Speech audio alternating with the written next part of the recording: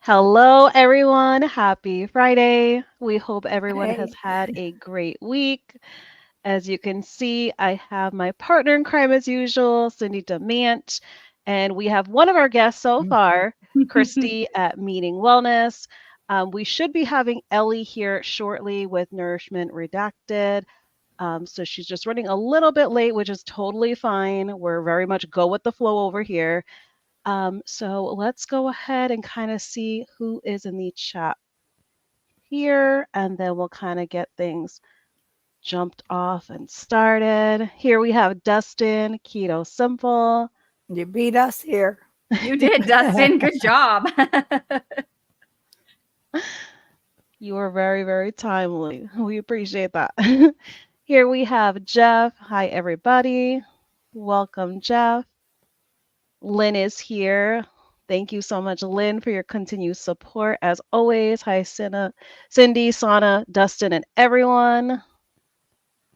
Welcome, That's how to put welcome. our names together. Cinna. Right?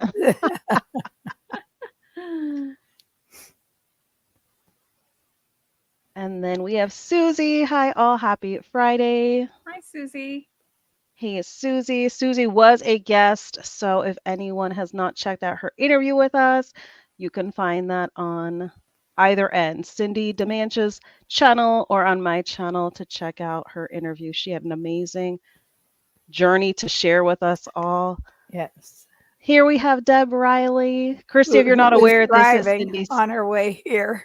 Yeah, Yeah, this I was is like, the I'm one that's pretty holding sure us that's away. Cindy's sister. Yes, Yeah. awesome. Hi, Deb. I heard you're driving. Yep. Safe travels, Deb. Jason is here. Just Jason, Keto, Yay. and more. Good evening. Welcome, Jason. So we just have a few just saying hi to one another. So, what's new with you, Christy? Oh my gosh. Well, my favorite thing that's kind of new still, I guess, is that my son started eating a proper human diet. It's been a Oh, yeah. little over 2 months now. And he's 15 years old and he has ADHD along with some sensory integration processing. And we've tried everything. And when I say everything, I mean counseling, occupational Mm, therapy.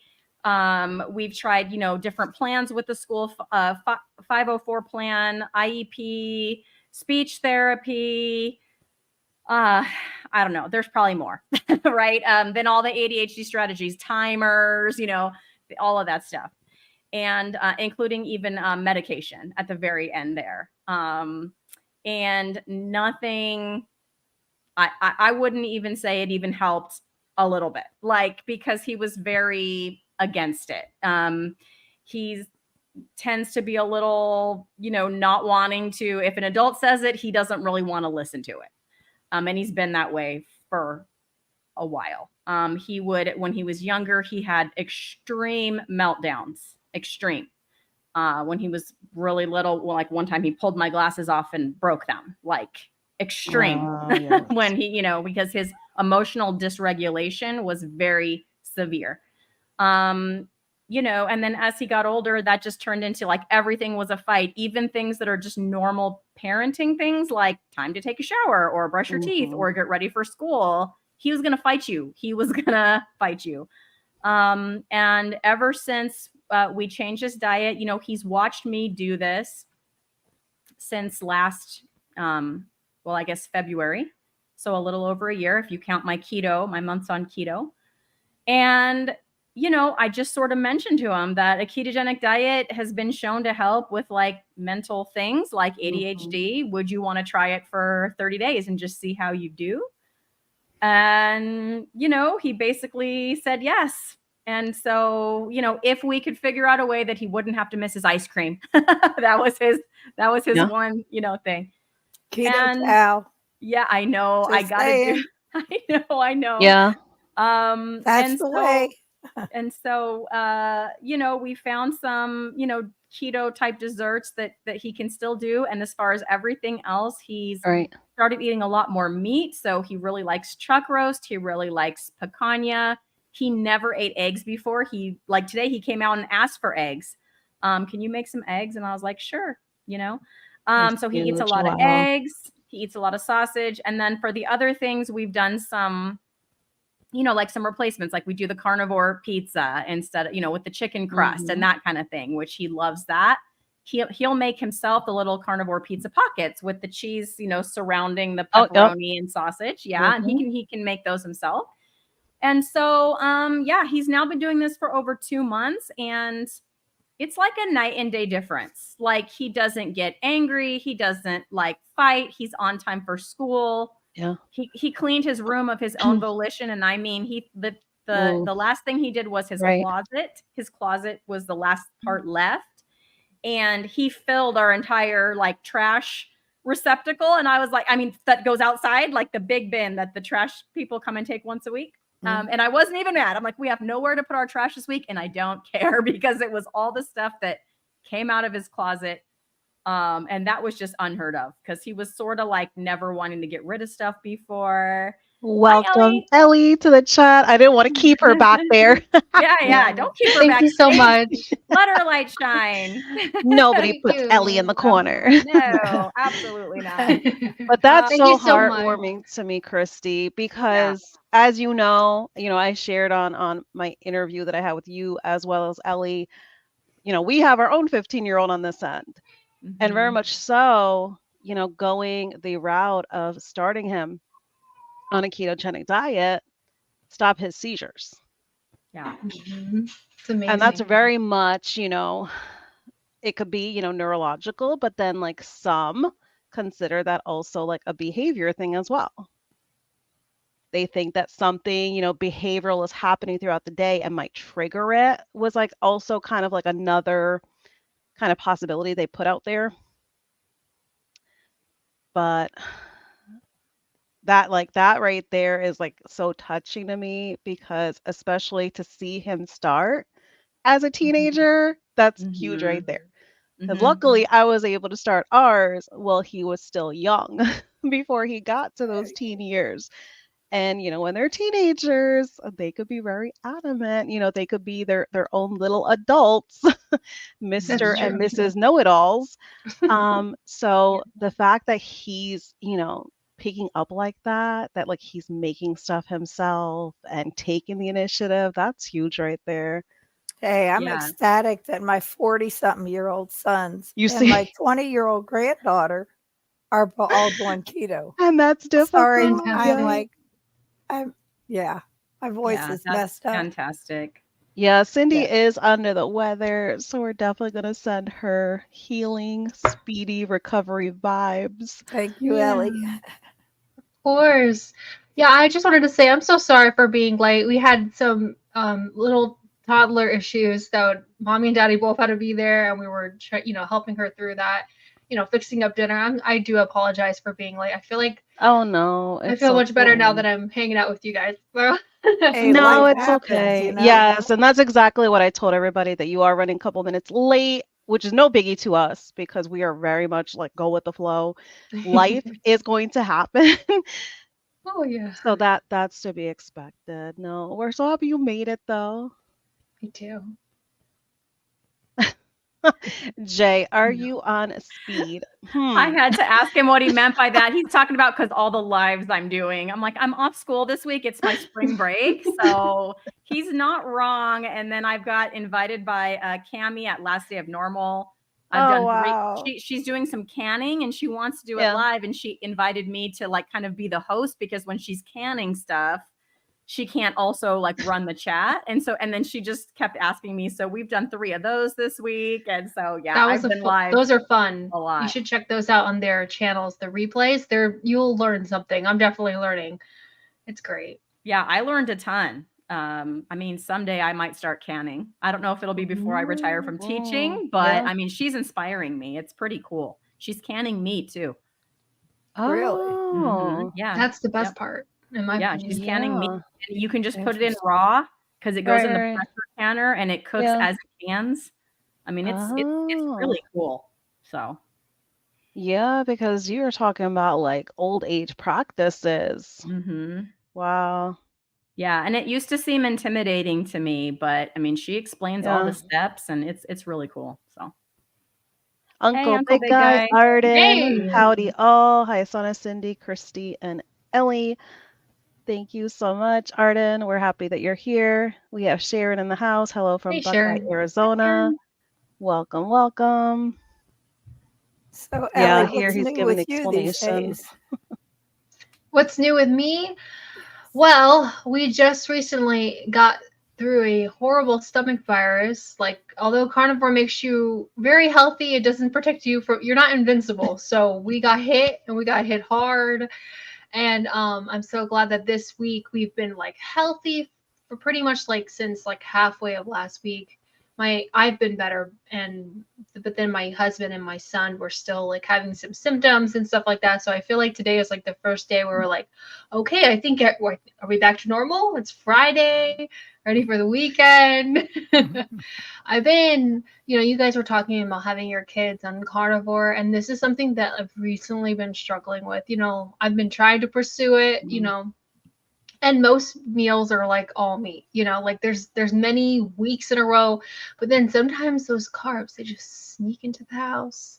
And then not really. I mean, we bring them into the house. Like my husband's like, oh, I want to have this or I want to have that.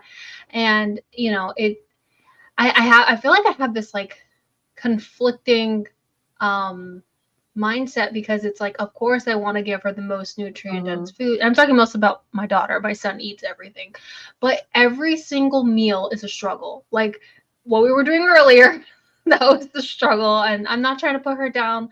She's so incredibly smart and wonderful, but like, I don't know, have you guys like, not even just like about carnivore, do you ladies, I'm sure you have like had issues with like, motivating your kid to eat the food and stuff like that, because I feel like sometimes it's like pulling teeth. And she feels better after she eats, carnivore meal. She feels better versus like a carby meal. So I'm just curious what you think, because that's on my heart right now. I'm like, What carbs are coming into the house still? Like what carbs well, are they enjoying? it would probably be like a cup of white rice, and then I put like lots of salt and butter in it, or like some udon noodles, and that's it. Like we're pretty much like bare bones over here in regards to that. And it's not every day. I mean, when we were sick, I was giving them a little rice because we were having some loose stools and stuff, just to kind of try to give them something to bulk up on. But for the most part, like, I think they've been eating this way for the most part like 7 months. And maybe they've had like, it's like once a month or twice a month they'll have something. But then when they do that, it's like they can't moderate. I can't expect them to moderate. I can't moderate. And so it's just like, it's difficult. And I'm like, well, why did I even bring it in the first place? But it's like, I want them to enjoy it, but I don't know. Yeah. I'm conflicted about how to do Have that. you tried because Hearts of Palm, so there's like the brand Palmini. Oh yeah. They have Great. like a riced Hearts of Palm that's really good. Oh, there's another So does brand the out skinny there. pasta. Skinny Pasta. It's skinny, has the rice out also. There's another brand, I can't even remember it, but it's also like another version of like there's a lot of different brands when it comes to Hearts of Palm, and they have so many varieties. Like they have the rice, they have like fettuccine noodles, That would be spaghetti type great. of like pasta noodles. I would say give that a try. You definitely have to kind of have it go through like a process, because like we rinse it, because like that liquid that it's in kind of Yeah. has like a little bit of a stench. Um, because it's definitely like preserving in that it's liquid. So Absolutely. we wash it really well, boil it, and we make a bunch of stuff out of it. Like we make like a cheesy rice once in a while. We'll do kind of like a Asian like fried rice, and you could even add like beef in it, any protein in it, and kind of do like a whole fried rice out of it to kind of doctor it up for them. Absolutely. Yeah. But like that's what I would say, because I think that was like the more simple thing for us. Was I focused kind of like on what was the favorite carbs, and thinking of what some simple substitutes, like something I didn't have to spend all day in the kitchen something Yeah. that was going to be very much like stress free for me to be able to kind of like take on.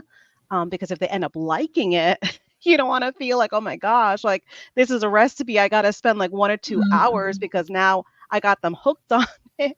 I But I know, would say right? try that. I would Okay. definitely say try that. And I maybe It's agree. kind of definitely a lot better. Yeah, I was just going to yes. say I agree with Sana. So with my son at this point Mhm. now, he doesn't even, I mean, he had 2 events that I thought, okay, this might like derail him. He got invited to a friend's house, and for sure I knew there was going to be teenager food. I didn't say anything to him about that. I just said, "Hey, do you want to bring some food?" And he said, "Yeah, sure, just what I normally bring for my lunch, which is like Teton sausage and some cheese Mhm. and some pepperoni slices." And so I just packed that for him, and then after I was like, "So, how'd it go?" And he said, "Oh yeah, they had." I said, "Was there food over there?" And he said, "Yeah, they had pizza, but I just ate, what you packed me." Okay. Mhm. And then Hey. my other son picked him up from school because he's 18, picked him up from school and then decided, because he's standard American still, and he Right. decided he was going to go through McDonald's. And I was like, wish I would have known that, because I was already heating up some picanha, for Yeah. Zach to have. And I thought, well, we'll see how this goes. If he sneaks a couple of French fries from his brother or whatever. Yeah. And I asked both of them like separately, and they're like, no, he didn't have anything, and he just came home and ate his picanha. But I think, Ellie, that it's because like I did the chicken nuggets for him, that's with Right. the chicken and the pork Mm. panko and the cheese. And then I just did the chicken tender recipe recently, and then he can still have his pizza. So he's not like deprived of pizza, because we did something similar to what Sana is saying and swapped it out instead of Mhm. letting him go back and like having those carbs sometimes, Yeah, I have a lot of guilt with that. It's like, it's like I used to have the mindset of like, oh, if we eat out, which is so rare now, like we really don't do it. But like last night, my husband was like, "You're going live. I'll take the kids. I want to take them out," and I just let him make the decision. Right. He knows what we eat, and No. they made a decision to go get rice, and like at a Japanese place or whatever. And I was like, okay, well that's like one little Mm. bowl. And then he ended up coming home with some groceries, and that's where the noodles came from. Because he was like, "Oh, I'll just make it for me." And then she Right. was Right. so sad with her meal. Like, I made salmon, I made cheesy scrambled eggs, I made burgers, and it was just like, no, I don't want that. I don't want that. I don't want that. And, it's like, it comes like you have to kind of I don't know what's the best way to say it, but it's like, you want to encourage her, Mhm. make her own decisions, but then you Yes. also don't want to be like, you have to eat it, because if not, Yeah. then she's going to be starving and then she's going to wake up all Right. night. Like, I know what's best for her. And so it's like, please, like, you need to do this. And then I was like, "Ugh, I'm just going to make her. She ate a lot of burgers, a large portion Yeah. of burger. And I was like, you know what? I'm just going to make her some noodles, just like, let's just go to bed. Please. I Mhm. don't know. I don't know if that was the right thing to do. Like I don't pretend to be perfect, and Right. like I don't know. So I thank mean, you I for the think like very suggestions. much so you're doing an amazing job. Mm-hmm. Thank You're doing an you. amazing job. I mean, both you and your husband, because you're both there for your kids, period. That right there Mhm. already, you guys are doing a great job. So definitely do not be hard on yourself because it's not easy. It's definitely not easy because you don't also want them to gain like a bad relationship with food either. That's what I'm worried Because about. I had to be very careful. I had to be very, very careful because here, I had the preteen kiddo, and then I had the youngest. At that time, he was just about to turn 2. He was being breastfed, but very much at that point, like he was starting to eat solids. So he was fortunate that he was able to Mhm. start proper human diet, and he didn't know any different, like about what is out there for standard American diet. So for him, it was a little bit easier, but more so for the older one, I had to be very careful because I had to be very careful with like my terminology because I didn't want him to think like I'm bad mouthing any foods and having him, have that kind of complex about the foods. I just told him that there were better choices, that some foods can get us sick and kind of like worded it that way. But yours are so young, they're so little. I would just kind of doctor up like alternatives to make it enjoyable for like what toddlers like. Another good option for everybody is our kids, they love spaghetti squash, and that's so Hmm. simple to do. That is I've like made that before. so, so easy to do. And like with that, you can do so many different options, like a Hmm. spaghetti and meatball night. You can like turn it into like a macaroni and cheese kind of thing. You could bake it into like a Yeah. casserole. It's So so many different funny. It's options. so funny you're mentioning all these things, and I was like, oh yeah, I did all that when I did keto all those Mm-hmm. years ago. So like, she's Yeah. just so I talk about all. I feel bad because I'm always talking about it on my channel. I'm like, she's so picky. Like if it's not like crunchy enough, Yeah. or it's not the right shape, or if it smells weird, like it's just like every Mm-hmm. single thing, and it's like That's I'm toddlers for you. noticing that I'm getting a little triggered. I'm getting triggered by it because it's like I come from like I don't know the idea is like this is our food. We're grateful Yeah. for our food. It's like obviously Yeah. she doesn't know all the things, it's like we make the money and then you have to save the money and you portion it out and you say, okay, this is groceries. This is she doesn't know all those things and I Mm-hmm. don't want to put that on her obviously, but then it's just like can you just eat the food, please? But I'm noticing that I'm getting a little triggered, and I'm like, okay, I need to be the adult. I need to take a Yeah. step back and like reevaluate because it's getting a little too easy to like Mm-hmm. crack a little bit. Does she But like yeah, I appreciate that. does she like chicken nuggets? She not really. I've made her. I know it's hard. If it It's was No, up to I'm her, just she tricky. kidding. would. If it was Whatever up she to her, likes, yeah, I was whatever gonna she say it's a likes, if little. she likes the crunchy, Yeah. Mm-hmm. Neely, Indigo Neely, has a great breading recipe that's just egg white powder, gelatin, and pork rind crumbs. It Mm-hmm. Mm. adheres to everything, whether it's fish or chicken or whatever. So if she likes the Yeah. crunch factor, mix up some of that breading and use it for her food. I mean, you That's a can great bread idea. almost anything, Mm-hmm. Yeah. It's true. and it's really good too. It's like it's just Yeah. There's a bunch out there. Because Anita, the ketogenic woman, she also has like a batter that you mhm. can do kind of That's like, true. fish with and stuff like that. Yeah, both I of them are carnivores, so yeah. it's like I think that's the biggest thing. Like, if they eat all the meat, that's great. But if they need to have like those keto options, it's still Mm-hmm. proper human diet. Because even yeah. That's true. imagine, like when I turned carnivore, still, yeah, like my husband and my kids, yeah, did their amount of meat increase? Yeah, because that was what I was cooking. And if I'm the cook of the house, well, you know what? I'm only cooking one dinner. I'm not cooking separate dinners for everybody. Um, True. so very much so, like they ate a bulk of meat, and then I did like whatever like little simple like keto side dishes for them because I still wasn't gonna spend a bunch of time in the kitchen. I was gonna want to embrace the simplicity.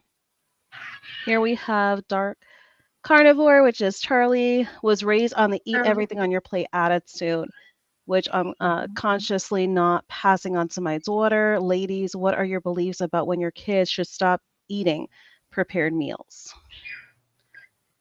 So, Yeah, so Christy, we'll have you go first. absolutely. I was going to go first anyway. I was Yes. just going to jump right in there. I Um, knew you were ready.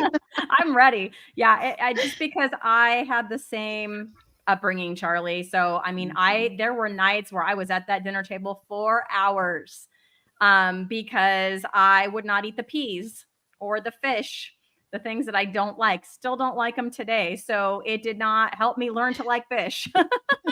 Sitting at the table the entire night until bedtime. But yes, I was very much raised that you don't leave the dinner table until you've cleaned your plate. And I don't blame my parents at all. That's, I think, how they were raised, right? So I don't think they were doing it to be, mean or anything like that. I Right. had good parents, don't get me wrong. Mhm. But I knew for sure that I had now granted I don't have daughters, I have sons, but after getting to my teenage years, I did have a very unhealthy relationship with food, whether that was connected to that practice or not, I don't know.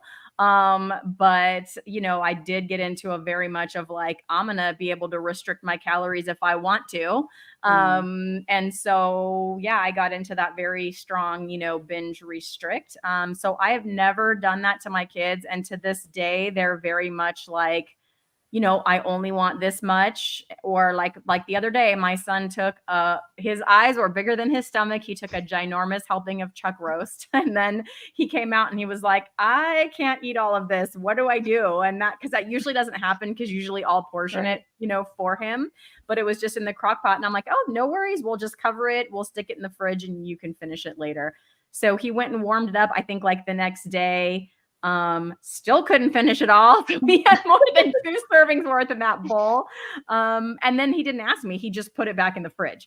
And so I think, you know, both of them are just very, you know, you'll often find even with standard American diet, even with junk food, because I kind of did that their whole life. I didn't ever force them to finish anything.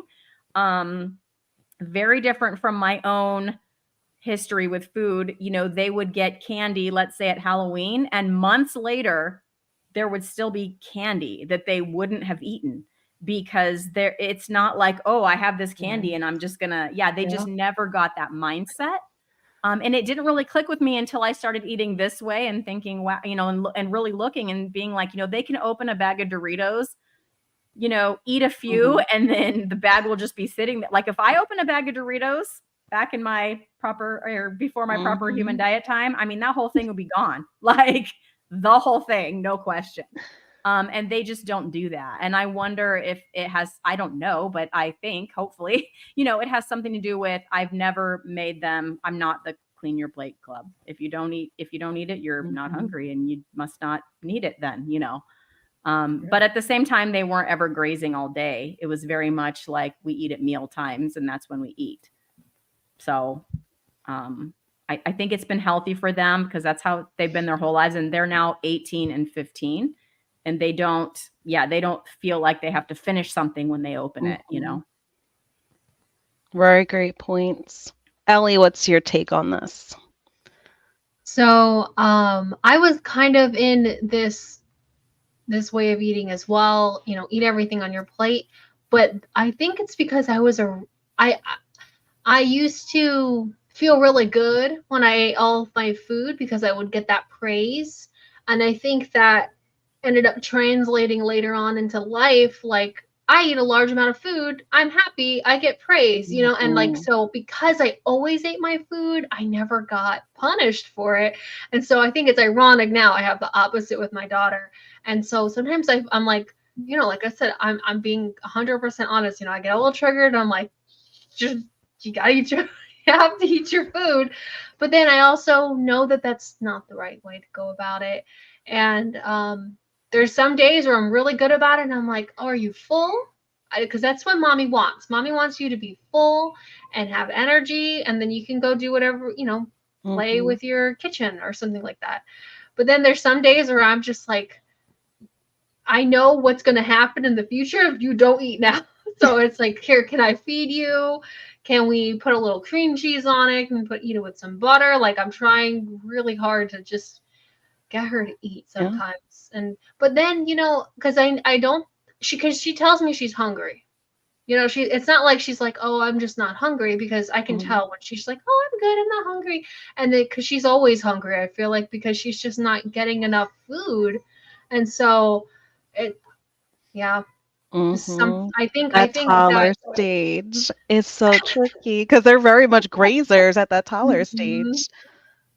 And my son, you know, he's been eating proper human diet since he was, you know, first foods were steak and eggs, and he's been that way, and he's had very, very little carbs, like, if anything, you know, very, very little, compared to my daughter, who she came into it after she was 3. And so, you know, she already had like the taste. I think that when, like, the first few foods you give them, it kind of sets their tone. Like, her first food was a sweet potato, you know, versus my son, who had steak and eggs. So I do definitely see that. I think that this is a way of eating that we should stop. And I think that you should try to teach them, basically what you're teaching them is intuitive eating. You're saying, I'm full, I feel satisfied, especially if we're eating a lot of animal foods. I think that's very filling. So yeah, that's what I think. No, very, very good point of view. Cindy, I don't want to strain your voice too much, but did you want to chime in on this? When my kids were little, I mean, I wasn't doing keto or anything. I was just whatever. Mhm. But I was also you whatever's on your plate you eat. Mm. And the trick there was try not to fill it up so much so you don't have so much to eat. but, but with my kids, I gave them whatever they wanted to Yeah. eat because I wasn't going to do that fight. But Mhm. I wasn't on that spectrum. This Right. was so many years ago now. My kids are in their 40s. So with my grandkids, when I started keto, some of them were living with us and they ate the protein and the side that I could eat. Mm. And then if they wanted rice or potatoes, I would make it for them. It's like they're going to eat it anyway. If they're not home and they're going out, they're going to eat it. Right, It's what they're right. with their parents who wasn't doing keto then. Excuse me. Um, yeah, so I knew they were going to get it anyway, but I just didn't have it in the Mhm. house. So, there's that with Elliot. If you just don't have any there, and like Sana was saying, there's so many options for other pastas and rices that are keto friendly that, let her have them, but yeah. I mean, I have a box of minute rice in my closet for our dog when he gets sick Yeah. because boiled hamburger and rice is really recommended by the vets Mhm. when they have an upset stomach. So that's been in there. I love rice. Do you think I've touched it?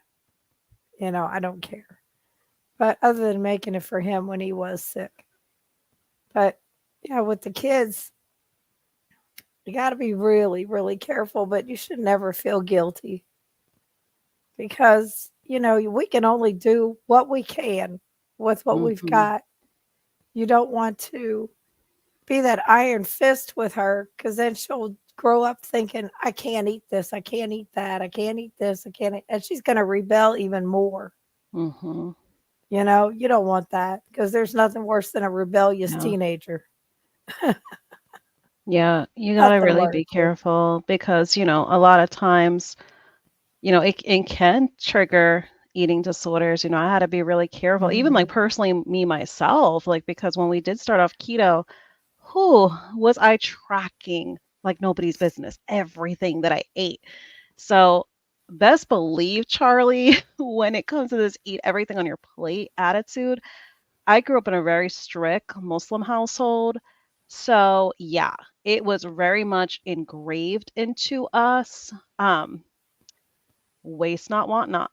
We were firsthand shown because our parents had us go on a trip. My mother's from Turkey, so we went to Turkey.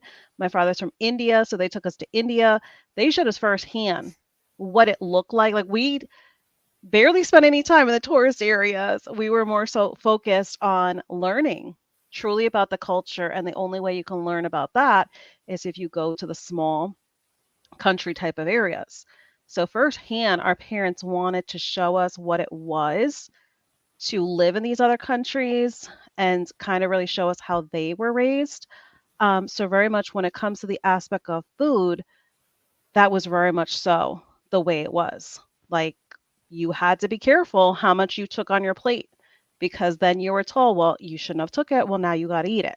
So here Right. you're forcing yourself to eat it. So very much so, like I really think that very much in itself can cause eating disorder. But then again, we got to be careful because we have to more so teach about like really truly what your hunger cue is. And that was really difficult for me going from like keto to carnivore because, now like you're eating everything that's zero carbs and, everyone's telling you eat until you're comfortably stuffed. And that could be a dangerous thing for some of us because some of us very much can eat to the point that we get sick. But it's almost like you have to experiment with what your personal limit is. And it does adjust itself because myself, as well as, everyone that I've seen feedback from, you do end up getting to the point where you can only eat so much. Like you're truly feeling like, oh my gosh, like this is what it really feels like to be comfortably stopped because I cannot stand to take another bite. Like, and what I have in front of me looks so delicious, but I cannot even pick up another forkful of it because I am just so full. But Right. I think it's just also dependent on age. We want to have the young ones have a good relationship when it comes to food, when it comes to the portion and stuff like that. So I would say, pass it on for whatever is age appropriate to have those discussions, is what I would say. But definitely when it comes to the eat everything on your plate attitude, we definitely have to end that cycle because it's something that was very much passed on with generation. And it's really, if you're not hungry anymore, you should be really truly stopping. Yeah, I am absolutely guilty of that because I made my kids when they Hmm. wanted something more. I said, "You take Yeah, it. You're going to eat it," you're gonna eat it. Yup. because I didn't want it wasted. So Hmm. Mhm. things are just too, and especially nowadays, Yeah. things are too expensive Right. to get it and throw it away. Yeah. Because it's sitting there on their plate. Now they're not Yeah. eating. Yeah. Because my mother, So that's very much what she told us. She's like, if you Mhm. took it and put it on your plate, I can't put it with the rest of the leftovers. Like you're gonna have to eat it. right. She was not gonna throw it in the trash. So it was very much that mentality. The other Lasty and thing, normal, welcome. Hi, the Go other ahead, Candy. thing, Cindy. Hey, Kim. Ellie, that when you said when she does eat this stuff, she's hungry again. Shortly after. Mm. That's because, and we all know, carbs crave carbs. Mm-hmm. So if she's eating Yeah, a carby food, she's going to be hungry again Oh, right. yeah. because it's going to, she wants it more and she wants it Yeah. more.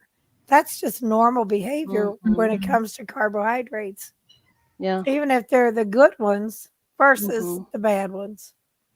Yeah, It's I just try to say like you need to finish your protein first and then we can have something else afterward if we do have it.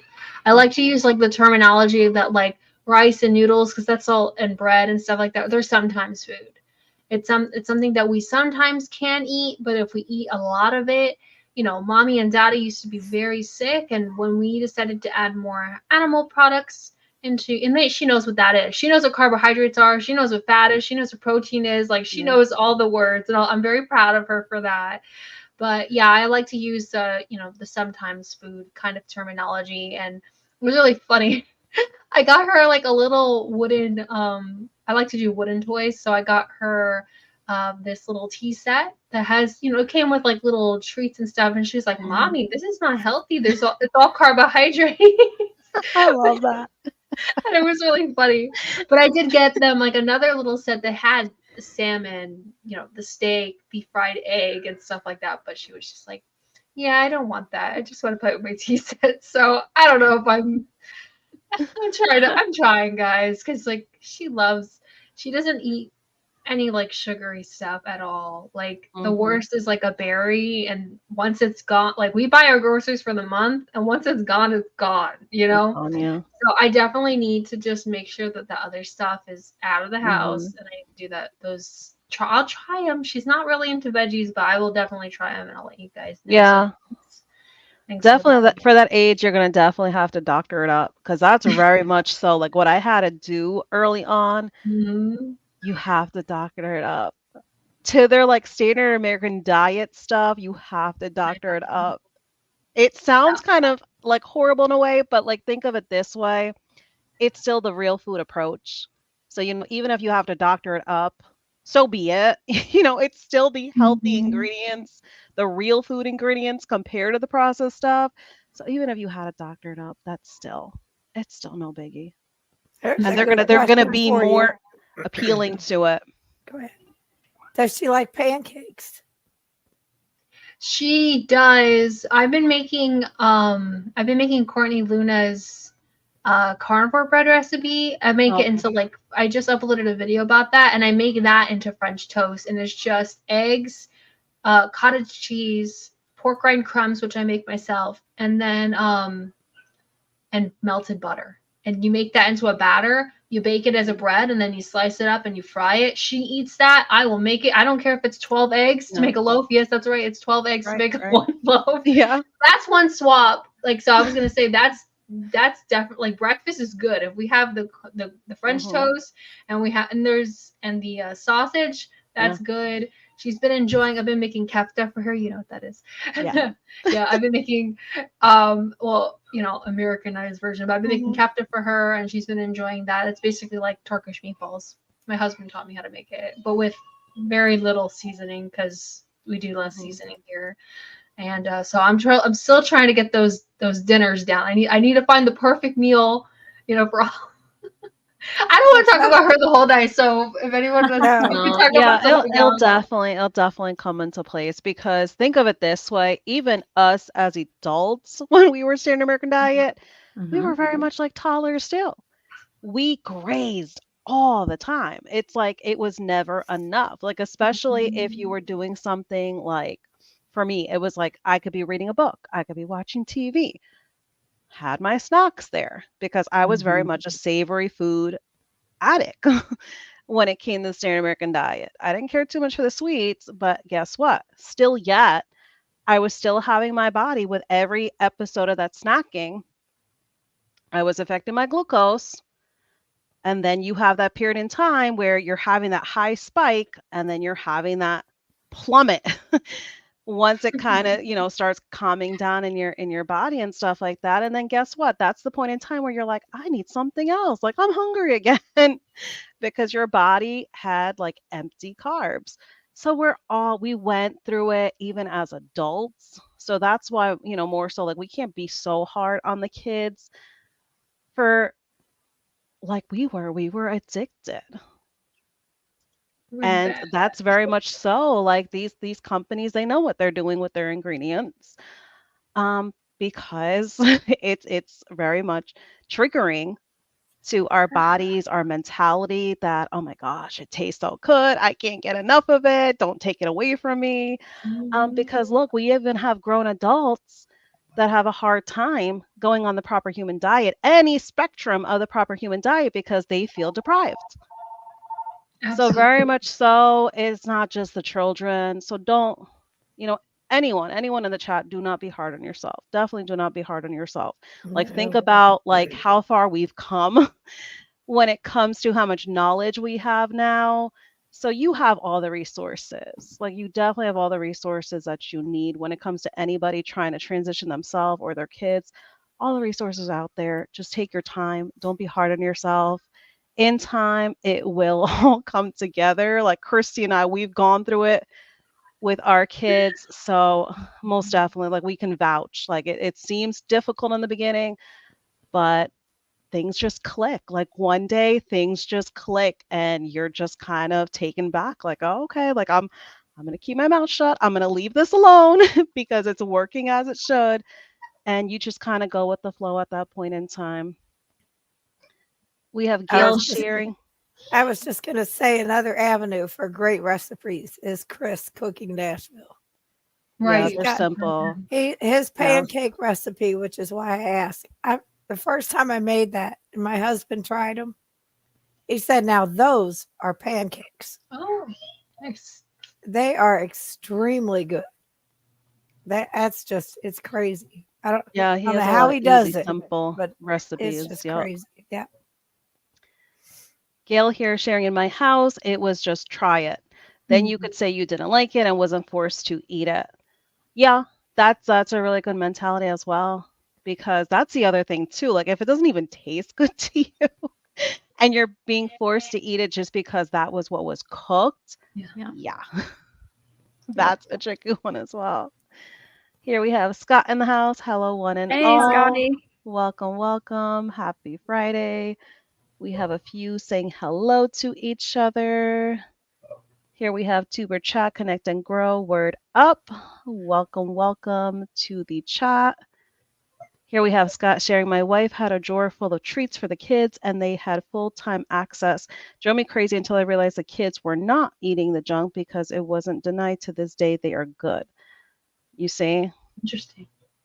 And that's the thing. I mean, it's just it's weird because even like for our son, he had a lot of complaints, in the beginning, a lot of complaints.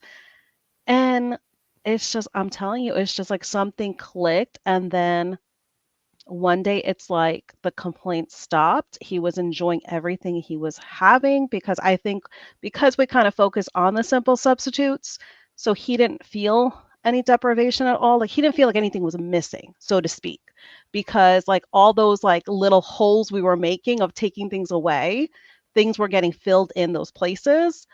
Um, so very much so, it's kind of like we kept him with like a full on puzzle piece and didn't just kind of leave holes in what he was, used to. But that's the thing. It's like they just kind of come to a point where they don't have any interest. Because for me, like I said, I'm not a sweets person, but oh my goodness, did I love like cookies and like chewy type of candy growing up?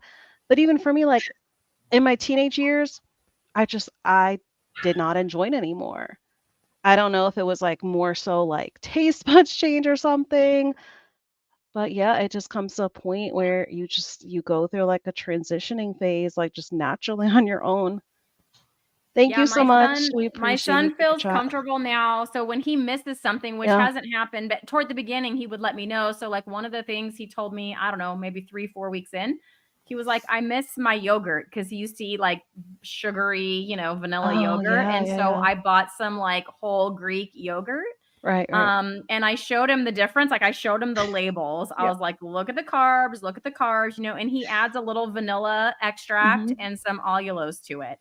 He likes it just fine. And he used to eat that other yogurt every day, and he doesn't eat it every day, but like when he wants his yogurt now, and it's like Right. grass-fed Uh-huh. whole Greek yogurt, a little Yeah. allulose, a little vanilla, and he knows I showed him how to do Hmm. it, how to stir it, and he likes it just fine. And Yeah. yeah, he doesn't miss it. And for a while there were still some of those old yogurts in the fridge. They just sat there. Like he never went for them. And then they expired and I threw them away. But Yeah. so he feels comfortable coming to me and saying, I miss this food or that food, and then I, find a solution. But that's how I know that he must be feeling better. Like he's Mhm. recognizing that he feels better because he doesn't try to go back to his old foods. He'll just let me know, what can we do about this or that, Yeah. that he I still love feels like that. he wants. Yeah. I love that so much. That's great.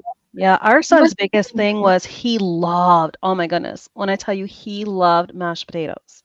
And, not even with the gravy or anything, he just loved mashed potatoes and butter was his thing. Like he even used to like whenever like it came the night that like mashed potatoes was being cooked, he would go like so excited around the house and be like mashed potatoes in the house. Like he would be so full on excited for mashed potatoes. We did jicama. We did jicama, and when I tell you, because it's still a root vegetable, it tastes so much like potato Hmm. that like you're even kind of shocked, like, oh, okay, like this is an acceptable version. Like, wow. Because I'm telling you, like literally once I basically like peeled off the skin, chopped it up, boiled it in some salted water, once it got soft, mashed up just like mashed potato, added the butter, salted it, and he didn't notice any difference. That's great. And I I didn't love that. say anything, and I had to be careful the way I was watching because I didn't want to be like helicopter and like You're like, so and be like that, like suspicious, like he's like, okay, like what's going on? But yeah, and he went in for like even seconds after that. So I think like if you stick to like the friendly stuff or like anyone that kind of feels like they might have like an aversion, it's kind of like almost like it was shared what Gail said. Just try it. Even if you have to go out there and find like the smallest like jicama, just try it because these are things like I never had jicama before prior to keto. I never had it before. I never even kind of like even heard of it until like I started joining like the different groups, watching all like the YouTube videos early on. But I never knew, but sure enough, it became a favorite over here. Here we have Scott sharing. We threw out a lot of little Debbies and such. Kids just didn't operate from a position of scarcity. Yeah, and that's the thing too when it comes to those packaged sweets.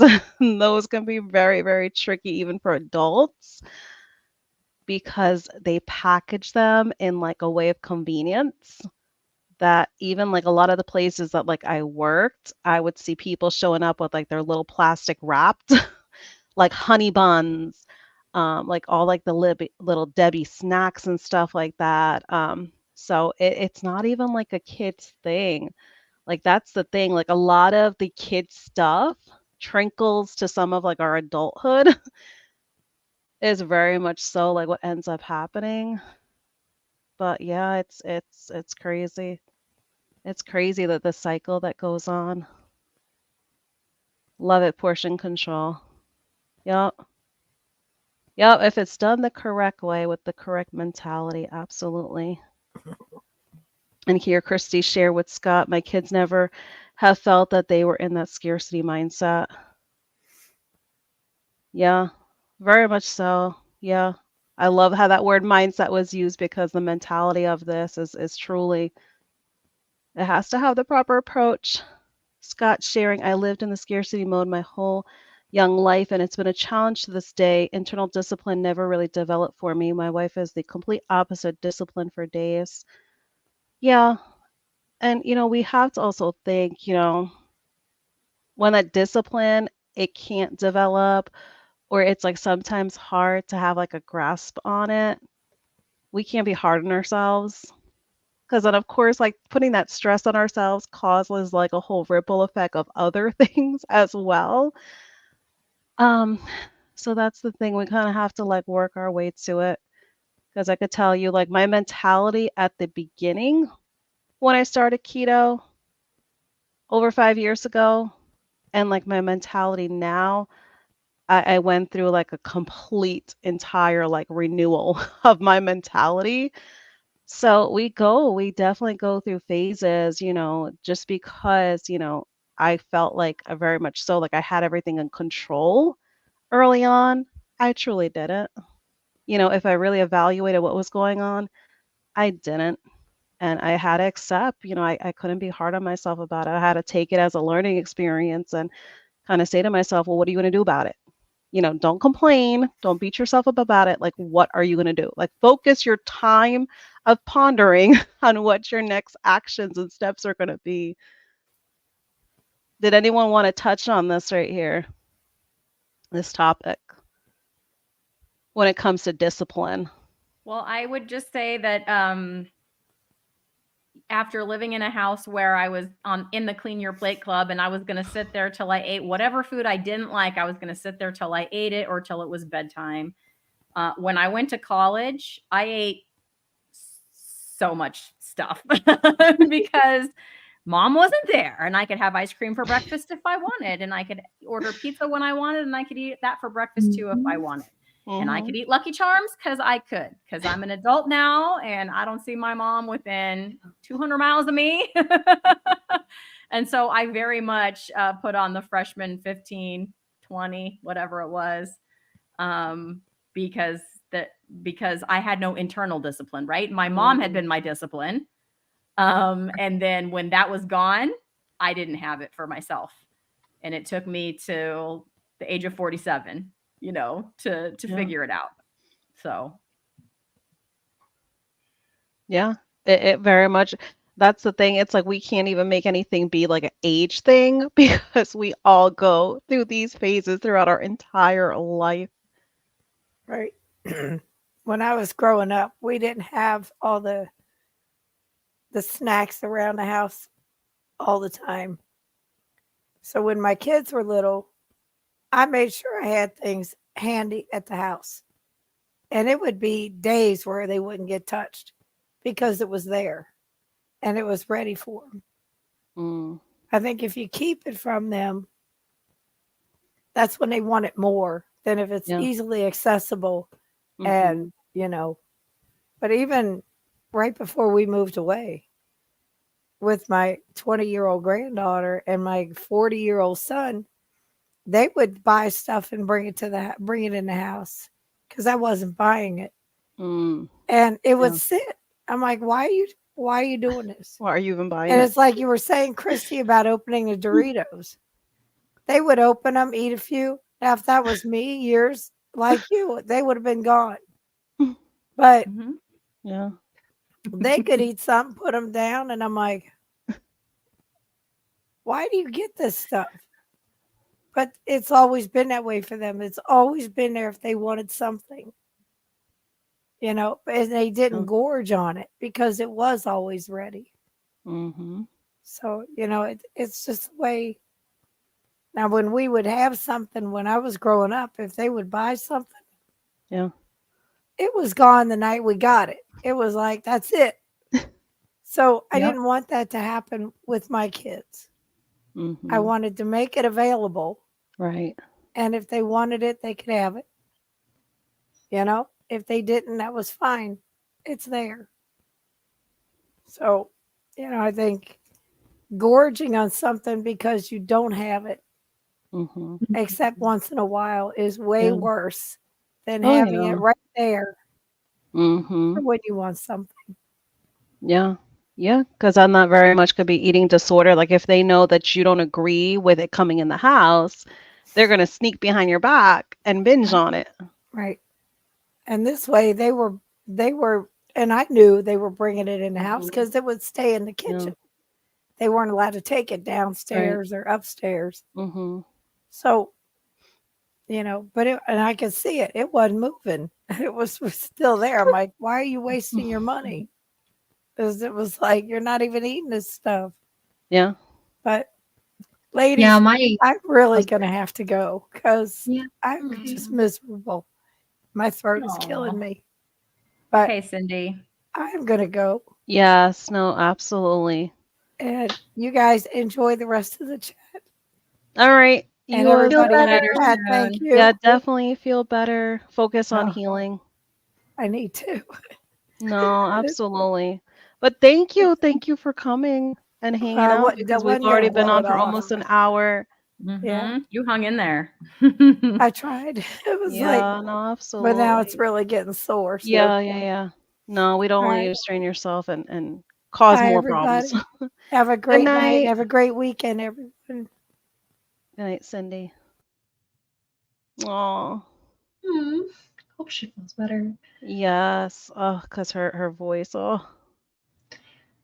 I know You know, you it's answered this, Christy, in the chat, but I just Mhm. wanted to point this out because this is regarding your son that he didn't want regular food and this mentioning of he must be feeling so much better. Yeah. That right there, I wanted to definitely highlight that because, if they're old enough, like if they were going through something and they're old enough, they do get to that point where they're capable of kind of being in tune with their body to Mhm. know the difference from when they didn't feel so well to now like having a huge improvement. Yeah.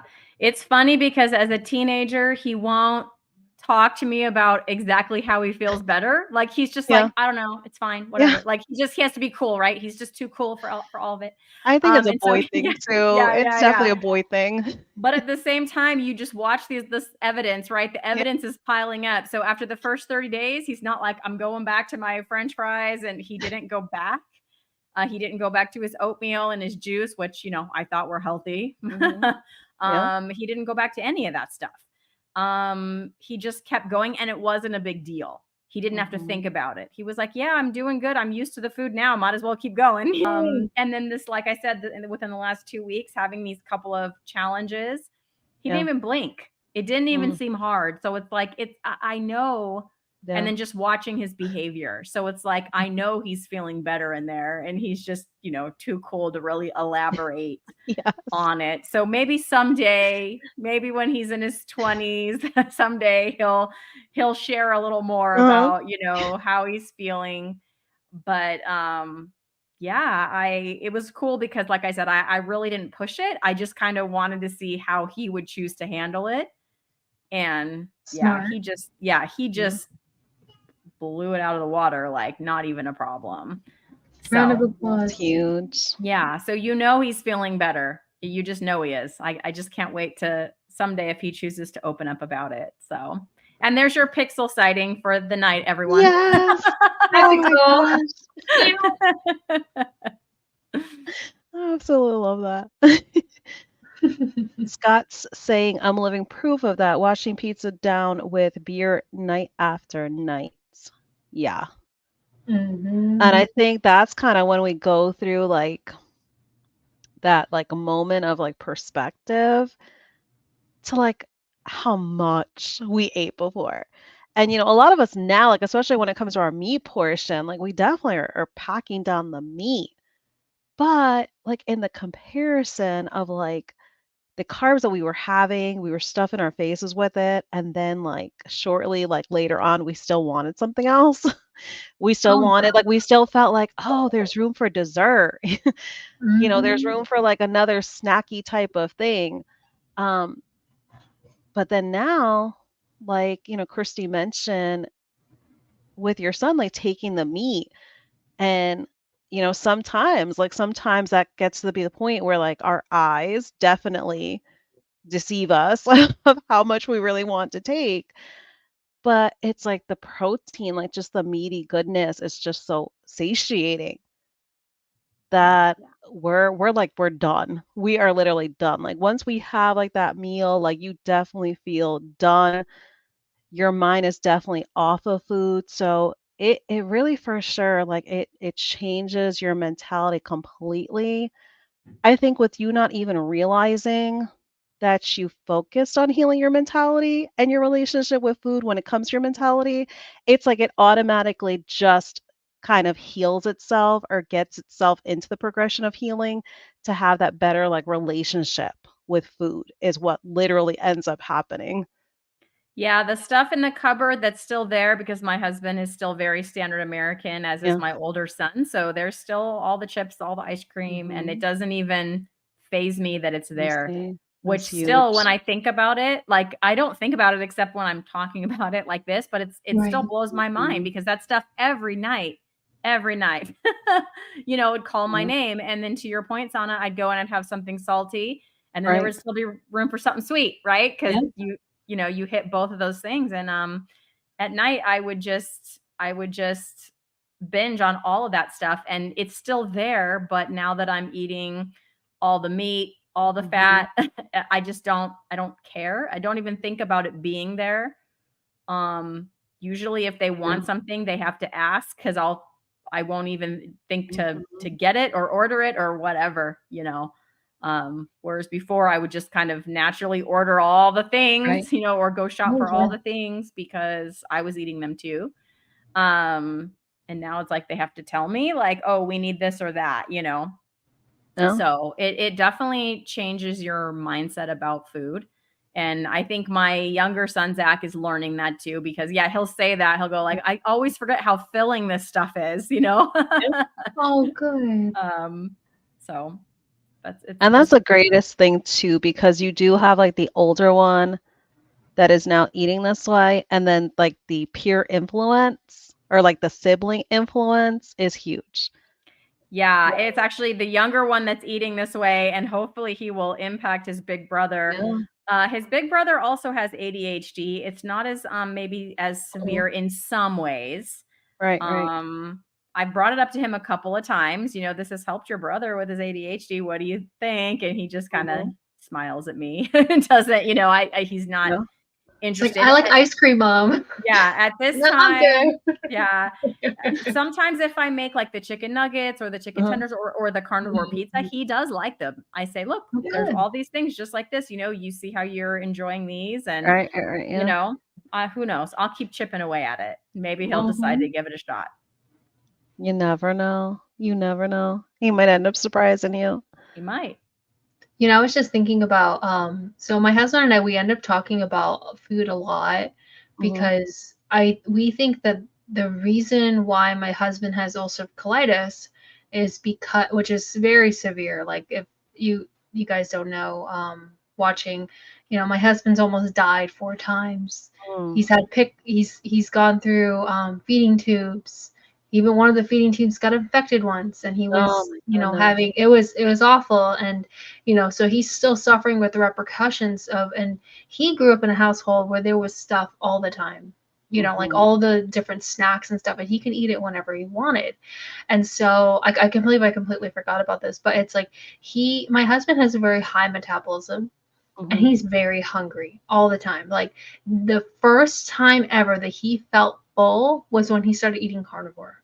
And he's like, or even keto. No, it was first keto because we Right. had made burgers, but then we had the cheese, the mayonnaise, and then we wrapped it in lettuce. That was like the first meal where he was like, "Oh my gosh, I'm full." And he didn't understand that because he used to eat like a bag of chips like Mhm. this big. He'd eat it in a sitting.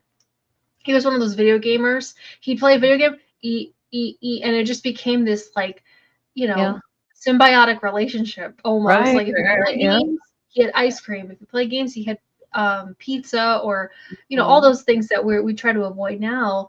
And so my husband sees my daughter; they're very similar. Like, I think she takes after him a lot. And so we see her high metabolism and how Mhm. active she is and how gifted she is with her movements. Like, it's kind of crazy. We think we're gonna put the kids in judo because they're just, my husband does judo. They're just so graceful, and like, she's very, well, not so much my son. He takes after me. He's a bit more klutzy, but we think he's so strong like bull because he's literally has like packed on muscles. So we think he'll probably, maybe he'll do American wrestling, but I don't know.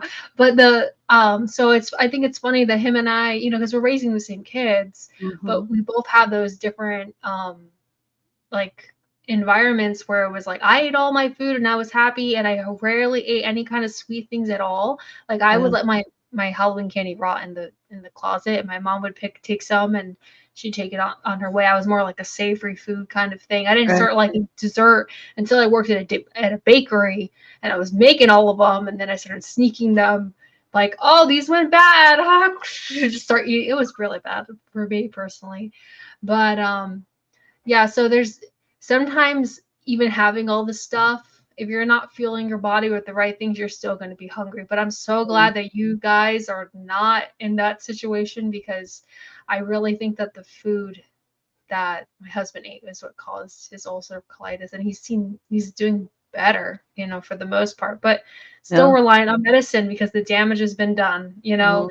So we're just trying to prevent that for our kids, and I think that's why we're so stressed out about it. I feel like I talk about it all the time because it's like, I don't want them to grow up with having UC, and going through that, or Right. obesity like me, and panic attacks constantly, and Yeah, not being yeah. able to function. It's just like, it's a lot.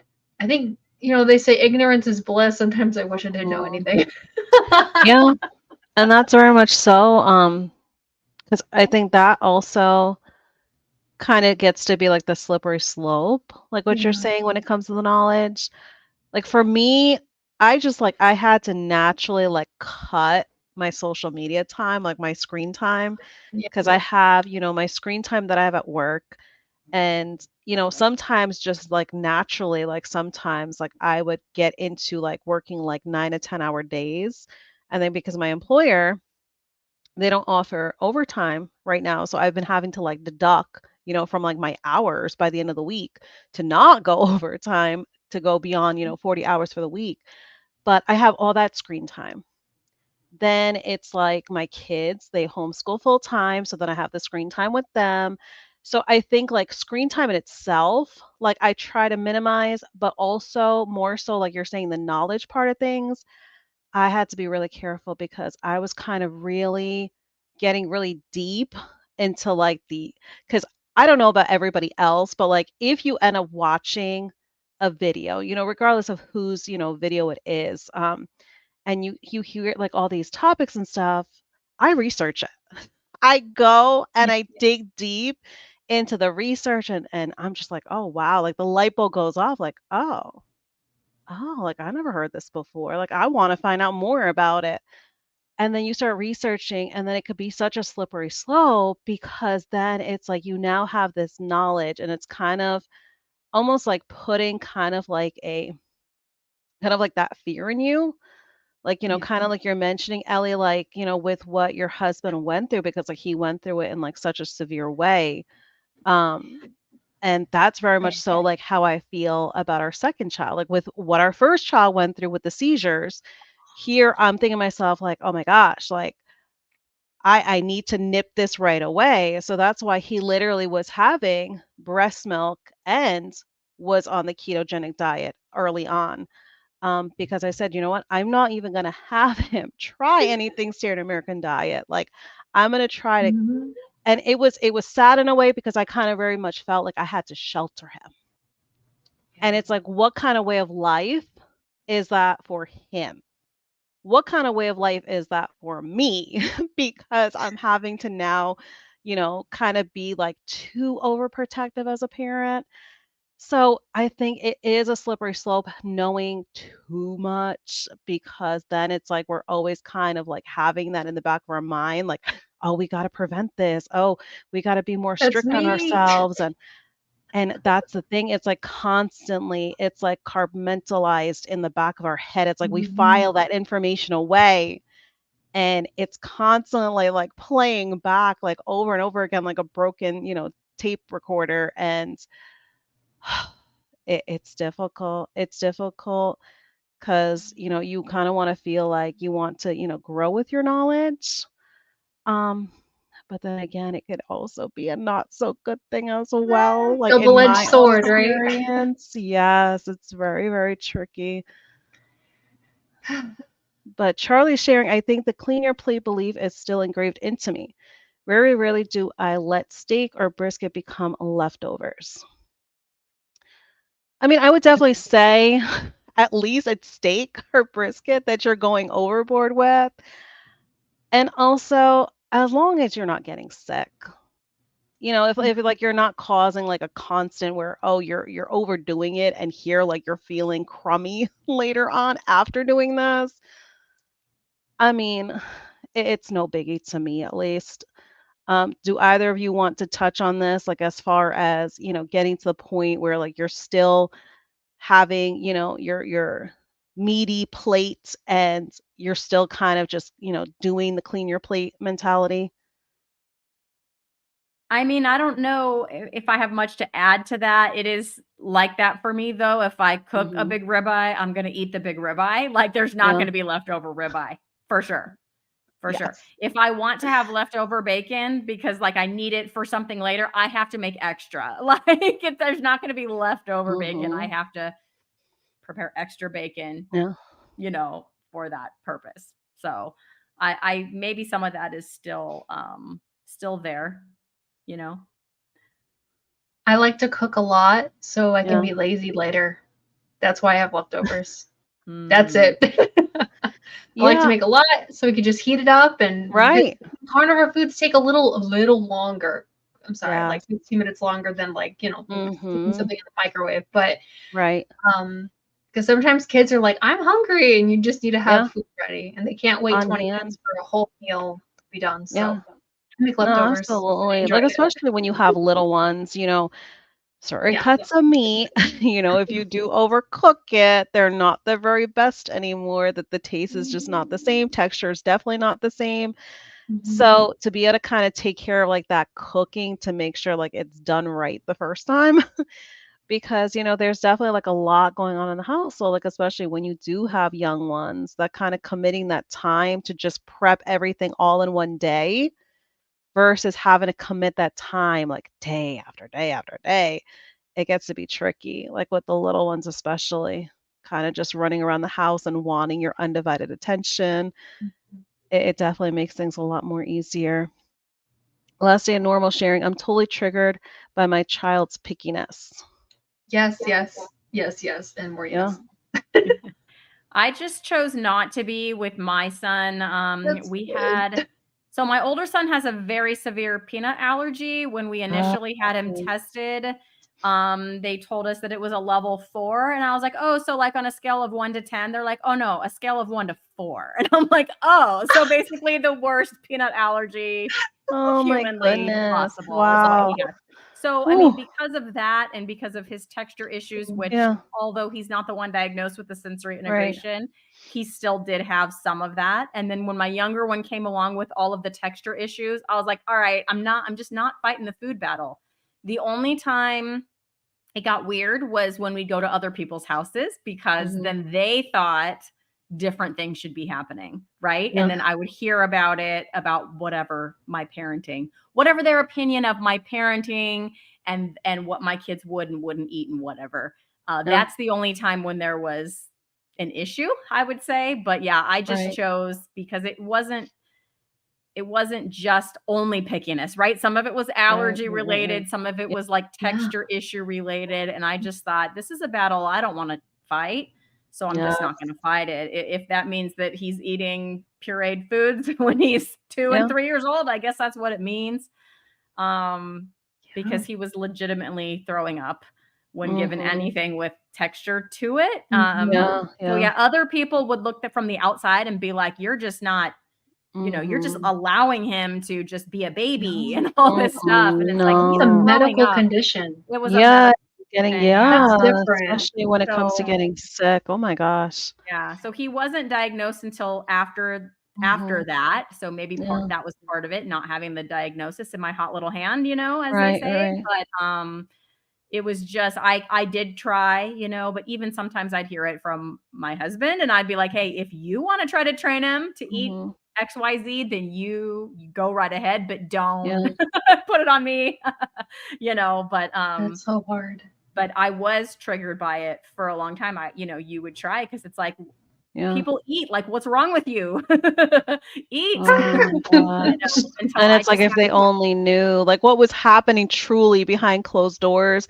I right. think that's the thing. Like I think in society, like it's so easy for people to be judgmental when they don't know like the whole story. Mhm. And some, it could also come across like they're doing it innocently because, they care. So they feel like, they do have the right to chime in because here they're like, oh, well, I'm a caring person.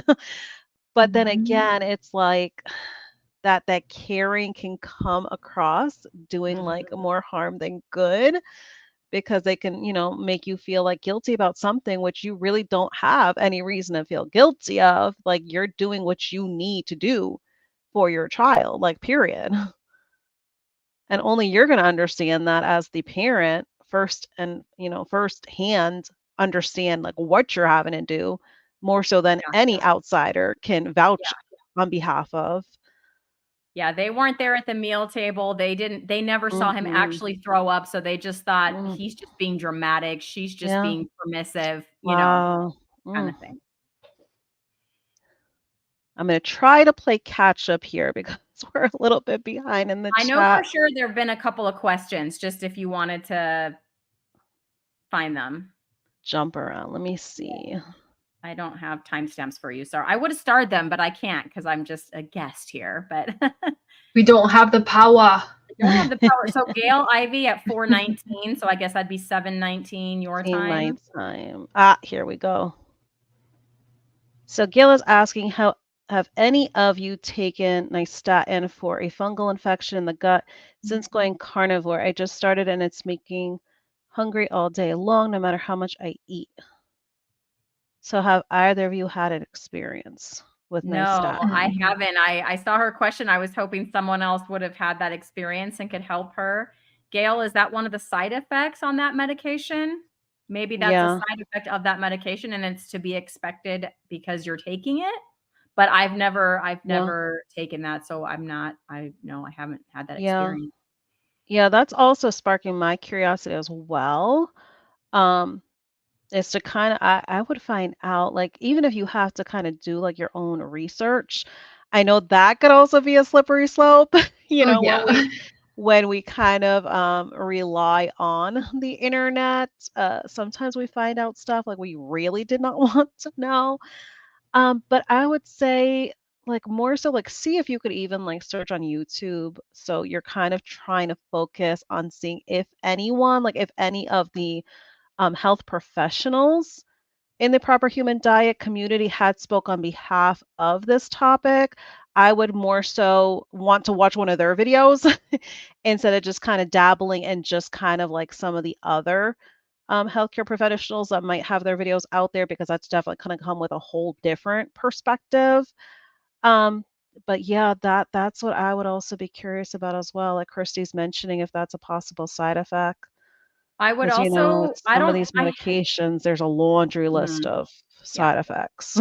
If you can find one of the keto or carnivore doctors on a small channel, sometimes they'll do that. Mhm. So I know like when Dr. Hampton, he was being interviewed on a small channel and it was way back when I was doing my blood work. And I asked, didn't have to do a super chat or anything. I thought this is a small channel. There's not a lot of people watching. I'm just going to ask my question. And he sure enough answered it. So if you can find something like that, Gail, you might get your Yeah. question answered by one of the doctors in our space.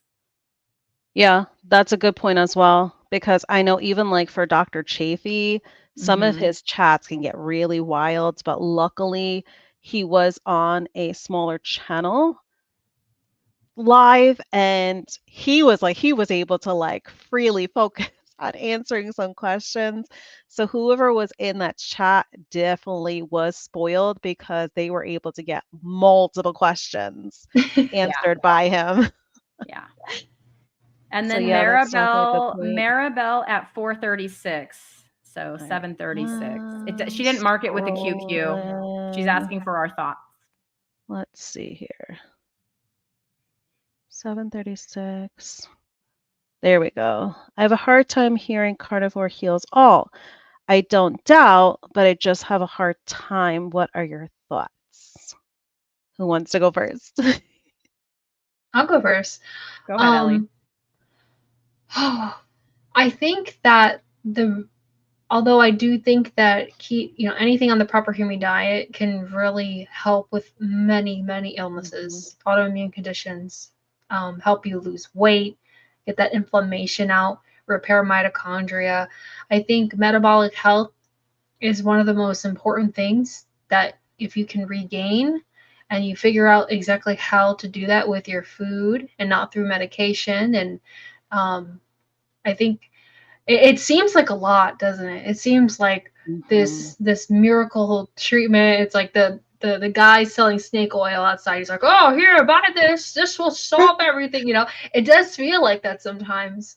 And I think that you have to get to a point in your life where you're desperate enough to try it because, you know, you could rely, like, for me, I was on antidepressants for 5 6 years, and and then I ended up stopping it because I was like, this is not helping, and I dropped out of college, I stopped working, and I just stayed home.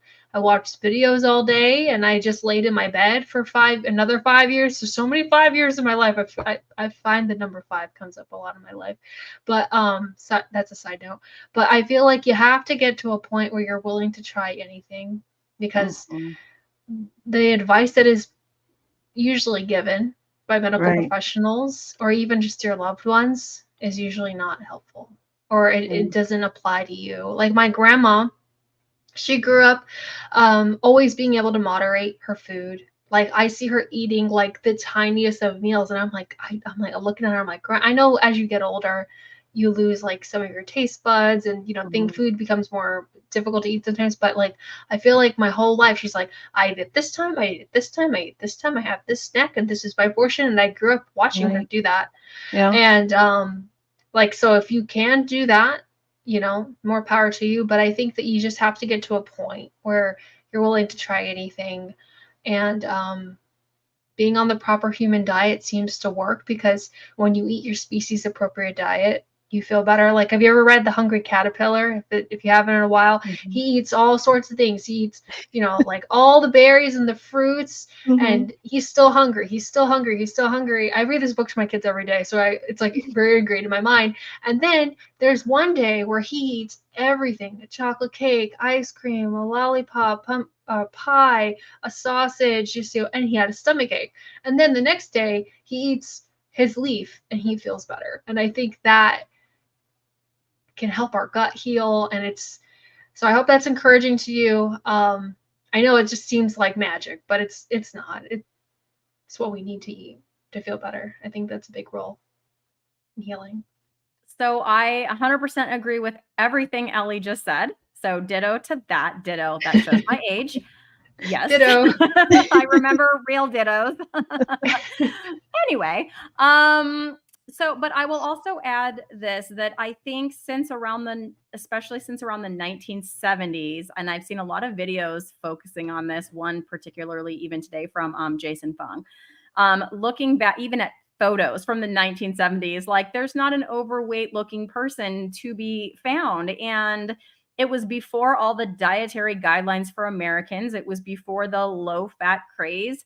Nobody was really counting calories or any of that. And yet you still don't see, overweight, sick, inflamed people walking around, generally speaking. And so I think fast forward to now, where, what is it, like 93% of us in the United States have some part of the metabolic syndrome. That's just crazy. That means we're almost all of us, are sick, but it's because of the diet. And so fixing the diet can fix all of that. Now, does it heal 100% of everything? And if you're carnivore, you're invincible? No, that's when Ellie came in tonight. She said that, like, carnivore does not make you invincible. No. We just had a stomach bug, and so, yeah. For me personally, it was, my relationship with food, as well as my binging and restricting cycles. Always feeling hungry, just living hungry 24 hours a day, and just like willpowering myself to not eat so I wouldn't get fat, and then binging on all the chips and ice cream when I just couldn't do that for one more second. For me, that's what it helped me to fix. And that's down to satiety hormones, right? Like my Right. satiety hormones and all that were so messed up from doing that. I did it to myself, right? Right. And eating the proper food fixed it. So my take on is, it's not just that it's 100% cure all for everything, Yes. but it's that so much of our sickness, whether it be diabetes and all of the, the inflammation, all that stuff, right? It's because the diet is the problem. The diet is also the solution. So I think that's why it gets, you hear that a lot, because it does fix so much of the problem that we here in America and much of the world, now are dealing with and looking at. So that's what I would add to Ellie's excellent answer. Ditto. Yes. I'm gonna We're not old definitely. enough, Ellie, for dittos. Well, I'm gonna come with the ditto as well, because you both definitely made such great points, because I absolutely agree, because we got to think of it this way. Heals all. I mean, all would be like, there would no longer be anything out there that anybody would be fighting when it comes to anything, like any irritations, ailments, diseases. So it's hard to completely delete and eliminate everything. Does it greatly reduce? Absolutely. Because, we have to remember, we still have some that are so strict on carnivore, like to the point that they don't even use any seasonings other than salts. So some don't even incorporate dairy at all. And guess what? They have reduced their medications, but there's still those medications that their body is dependent on. So very much so. Did they heal a lot? Oh, absolutely. Because when you hear that somebody was on, dozens of medications, and then they're down to like just two, that is a huge change for their life, for their lifestyle, for their mentality, because I can't even imagine, thankfully, like I've never had to be reliant on any medication. So like I can't even imagine having to take, like some of these people mentioned like dozens of different medications they were taking, and some of them they have to take more than one pill. So I can't even imagine like what that like, I'm sure at a certain point in time after taking it for so many years, it becomes second nature. But still in the beginning, I can't even imagine what it does to somebody's mentality to have to be on that kind of medication for such a long period of time. Because even like now that they're able to come off on it, it's difficult for them to come to the realization that they're not having to take these particular medications every single day, because still very much so, it's shocking for them that they healed enough that they don't have to take those particular medicines. But I would definitely say there's still a lot that is going to still linger, um, but it could be to the point where it's not as bad, which is still a huge win in itself, because it heals somewhat, maybe not all the way, or maybe the body just needs time. Because, we also have to remember that a lot of us are still considered newbies. Regardless of how Yeah. much time we've been on the proper human diet, I would say if you have not been on it for probably like a decade or longer, we're still considered newbies, big time. And still yet, the body can take literally all of that time to truly heal. Because we have to think of, look how many decades we were on the standard American diet. So that's also very telling as well that everything might not possibly be able to heal, because every single day we still do a lot of damage to our bodies. Because still yet, like for me, like there's times that like I push myself because there's so much, work to get done at my full-time job. I got so much stuff going on with my kids homeschooling. Then you got like all like the housely duties and stuff like that. And do I push my body to the extreme more so than I should? Yeah, like that's different damage that I'm doing to my body every single day, pushing it beyond probably what its limitations are. So those are like things like every single day we're doing stuff to our body. So like can that slow down whatever like progression I could have to feeling like fully healed? Yeah, absolutely. Um, but like just like Ellie touched on when she came in the chat, I am now like I can sleep like within seconds. Like literally, I go brush my teeth, wash my face, I hit that pillow and I'm knocked out. But then you have some carnivores where like, I have so much energy, I can keep going. And it's like, well, no, like my body and mentally, I'm exhausted. Thankfully, the way of eating is allowing me to be able to sleep. Like that is a good thing.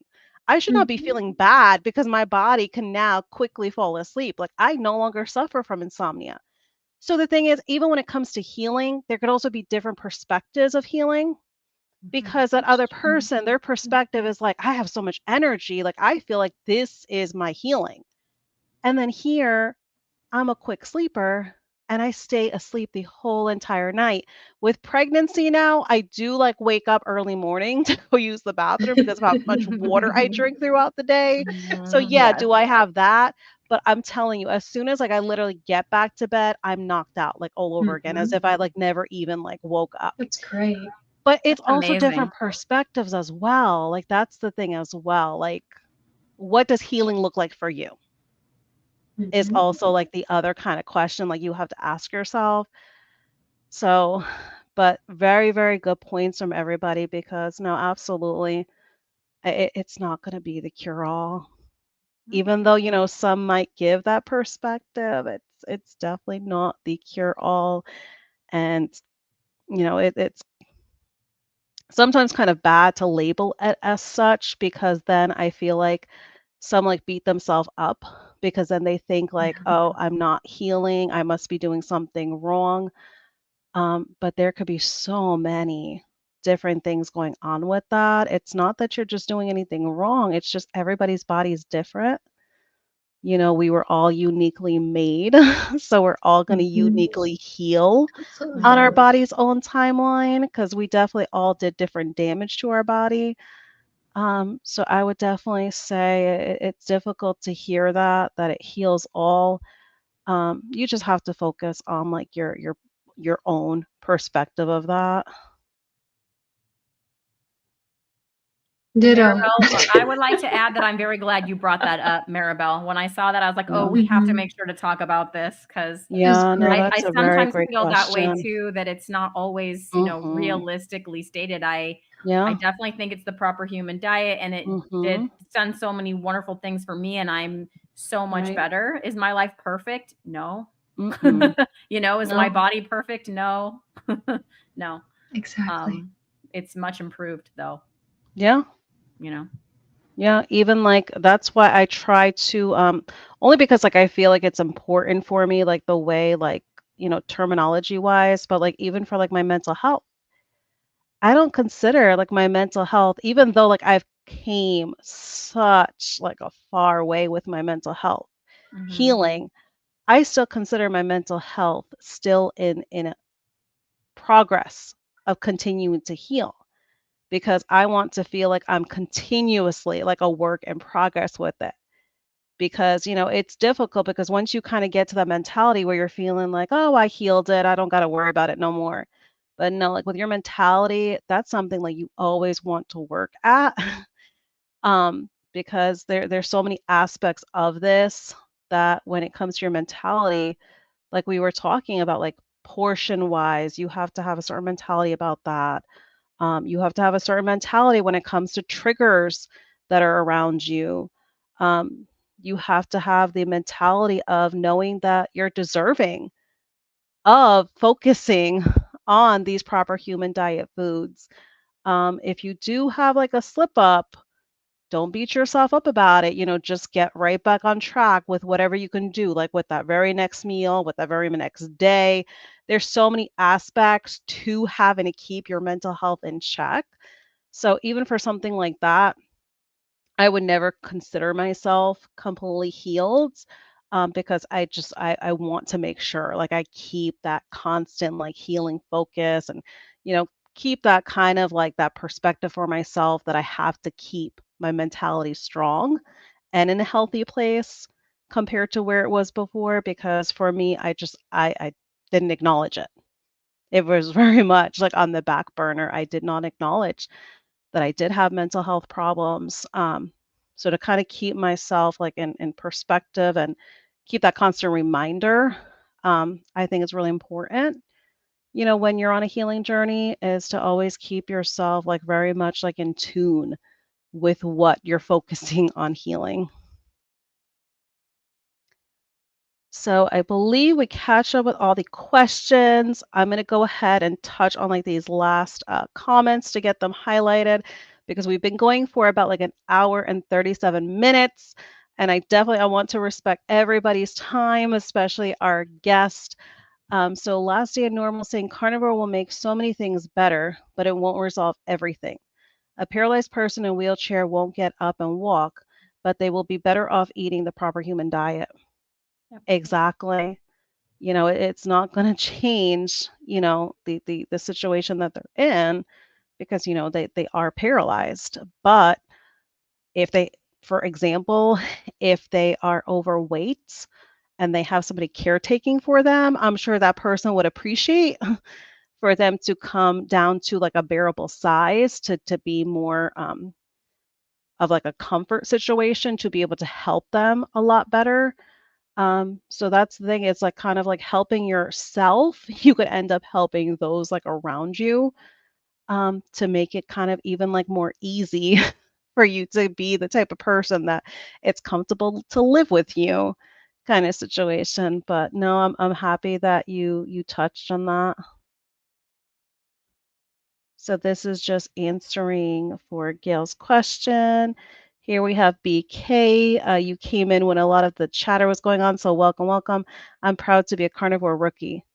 Yeah, and I think very much so. Like that's a lot of us. Like for me, Christy and Ellie can speak on behalf of their opinion about this for themselves.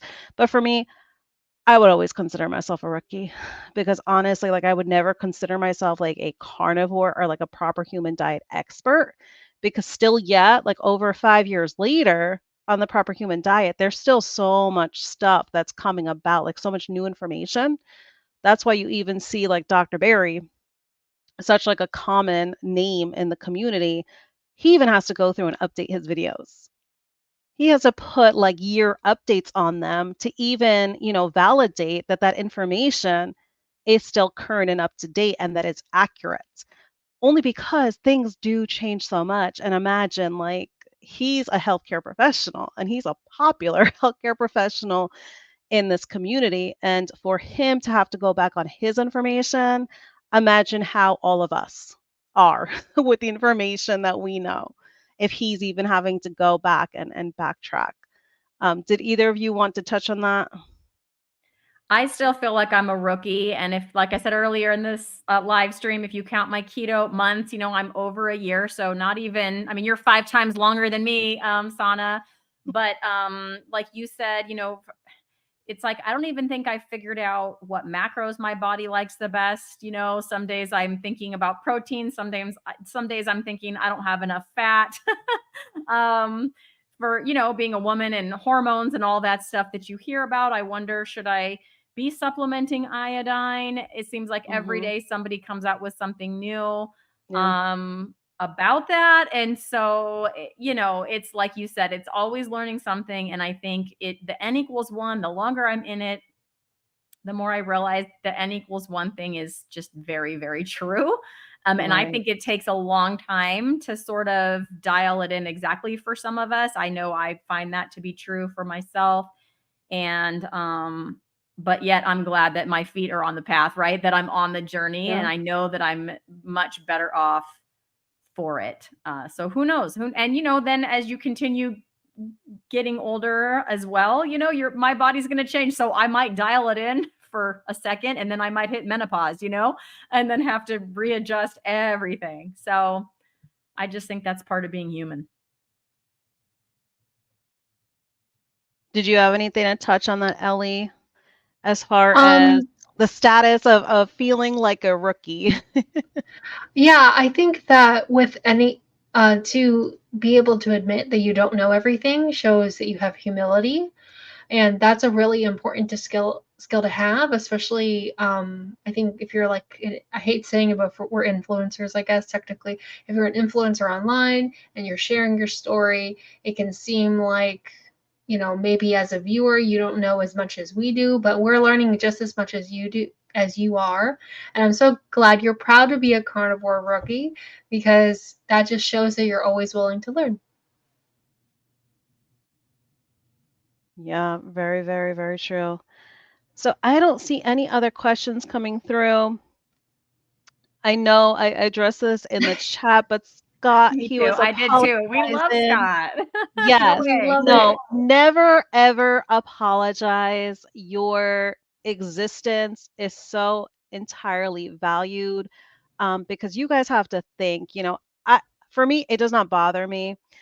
Like these lives can get to be lengthy because it's so important to me to highlight like everybody, because your presence is so important to me, especially on a Friday night, because you could be doing anything with your Friday night, Mhm. especially, those of us that like have such hectic schedules, that Friday night is like your unwinding time and that family time.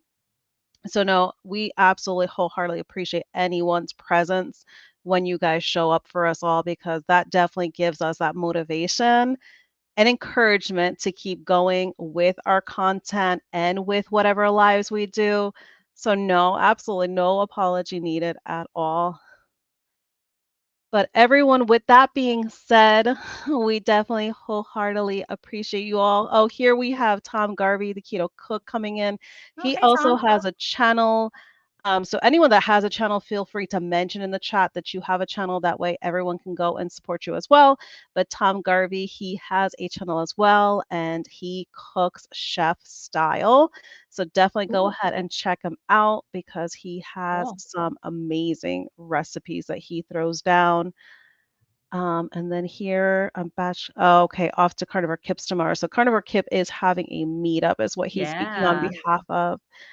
All right, everyone. Well, we're going to go ahead and wrap this up. Thank you so much, everyone, for being here. And thank you so much to our guests, Christy and Ellie. I appreciate you both being here Thank you. so much. And to Cindy as well. We're definitely going to send her our healing vibes so she can get better. But everyone, definitely enjoy the rest of your evening and have a wonderful, blessed weekend. Bye. Love you everyone. all. Thanks for listening.